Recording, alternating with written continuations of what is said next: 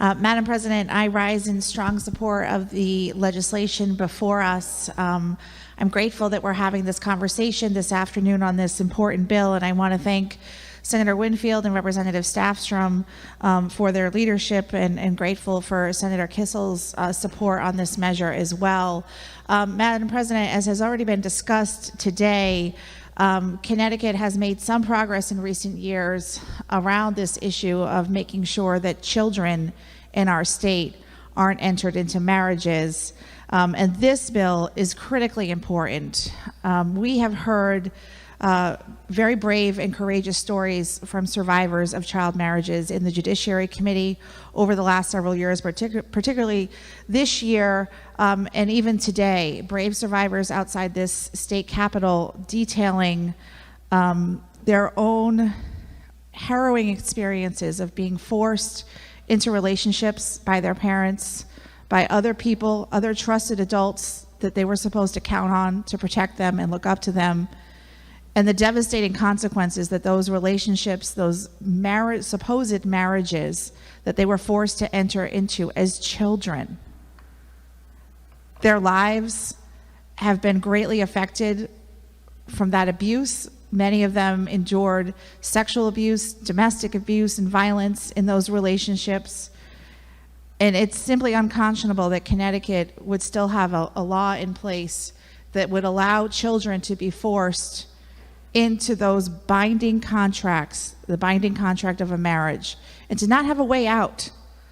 It's hard to understand how we would force children to be a party to a marriage that they might not have the legal ability to get out of until they're actually adults. And they don't without the consent of their parents.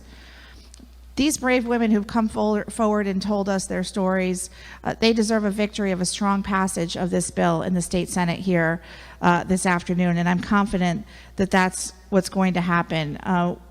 The work that we do here, we are often blessed to be able to listen to the real experiences of people who bravely come forward and tell us their stories, and we're able to enact legislation to right those wrongs.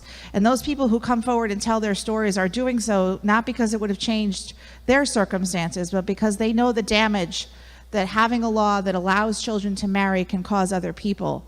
They come here and advocate and fight for a change so that no one else has to endure the abuse and the trauma that they've had to endure. And I'm so deeply grateful to them for their advocacy and their commitment to righting this wrong. Madam President, as has been discussed here this afternoon, Connecticut is the only state in this region. Rhode Island, Massachusetts, and New York have all outlawed anyone being able to marry until they're actually an adult. And that's what this bill will do. It will ensure that Connecticut is not a destination for child marriages, which I fear is something that can happen with the current loopholes in our laws. That's why this bill is so, so important. And I think it fits nicely, frankly, in the work that we often do here in the Senate. We're standing up for people who are in abusive relationships, have endured domestic and sexual violence. This state Senate has always worked diligently in a bipartisan fashion to ensure that people don't have to find themselves in those situations. And Madam President, I think this bill is a very important complement to those previous efforts. And so I hope that many of my colleagues will find it in their hearts and their minds today to stand up and say that children should never have to be forced into entering a marriage, and marriage should only be for adults in the state of Connecticut. Thank you, Madam President.